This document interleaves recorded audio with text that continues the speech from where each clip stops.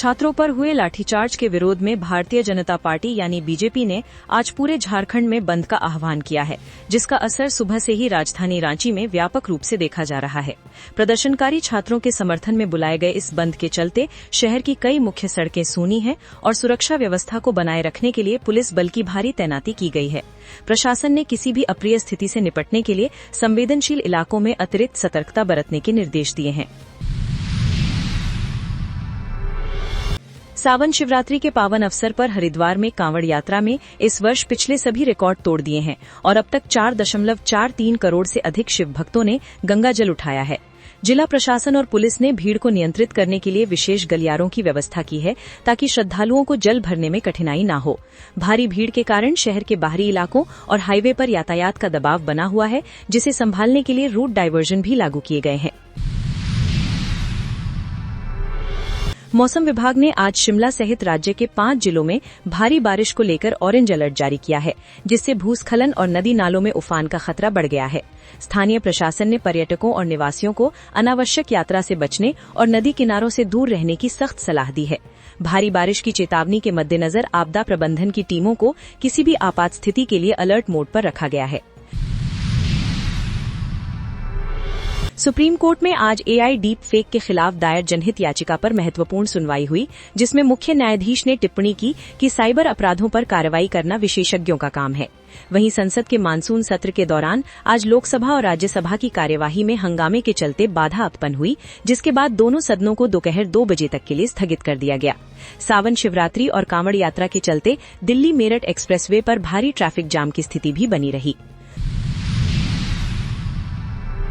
मुंबई में आज से 2 दिवसीय ब्रिक्स फ्रेंडशिप सिटीज कॉन्क्लेव 2026 का भव्य शुभारंभ हो रहा है, जिसका उद्देश्य सदस्य देशों के शहरों के बीच आपसी सहयोग और विकास को बढ़ावा देना है। इस सम्मेलन में शहरी नियोजन, तकनीक और सांस्कृतिक आदान प्रदान जैसे महत्वपूर्ण विषयों पर चर्चा की जाएगी। आयोजन के मद्देनजर शहर के कुछ हिस्सों में सुरक्षा बढ़ाई गई है और विशिष्ट अतिथियों के स्वागत के लिए विशेष तैयारियां की गई हैं। पुणे के 4 मित्रों के लिए महाबलेश्वर की यात्रा आज बेहद दुखद साबित हुई, जब उनकी एसयूवी कार एक ट्रक से टकरा गई और इस भीषण सड़क हादसे में उनकी चारों की जान चली गई।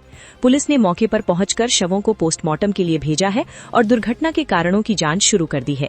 दूसरी ओर पुणे एयरपोर्ट ने आज एक मरीज के लिए मानव अंग के त्वरित परिवहन यानी ऑर्गन ट्रांसपोर्ट की सुविधा प्रदान कर एक सराहनीय कार्य किया है।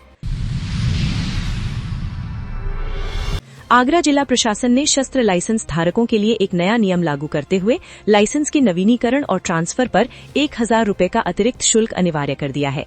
ये फैसला तत्काल प्रभाव से लागू हो गया है, जिससे जिले के हजारों लाइसेंस धारकों को अब अपनी जेब अधिक ढीली करनी पड़ेगी।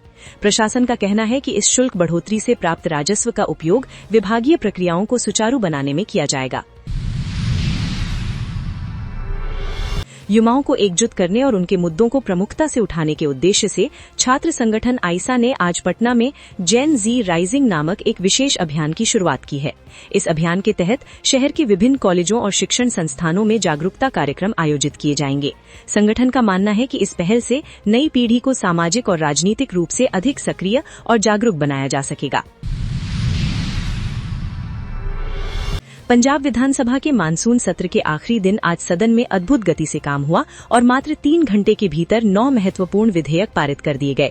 इनमें से कुछ बिल तो महज 2-2 मिनट की चर्चा के बाद ही पास हो गए हैं, जिसे लेकर विपक्ष ने सवाल भी उठाए हैं। विधानसभा की कार्यवाही अनिश्चितकाल के लिए स्थगित होने से पहले मुख्यमंत्री और अन्य मंत्रियों ने इन विधेयकों को राज्य के विकास के लिए जरूरी बताया है। दुनिया की मशहूर शराब निर्माता कंपनी डियाजियो, जो स्मिर्नॉफ और जॉनी वॉकर जैसे ब्रांड्स की मालिक है, बेंगलुरु में खाद्य सुरक्षा उल्लंघनों के आरोपों को लेकर जांच के दायरे में आ गई है। खाद्य सुरक्षा अधिकारियों ने कथित तौर पर मानकों का पालन न करने को लेकर कंपनी के स्थानीय कामकाज पर सवाल उठाए हैं।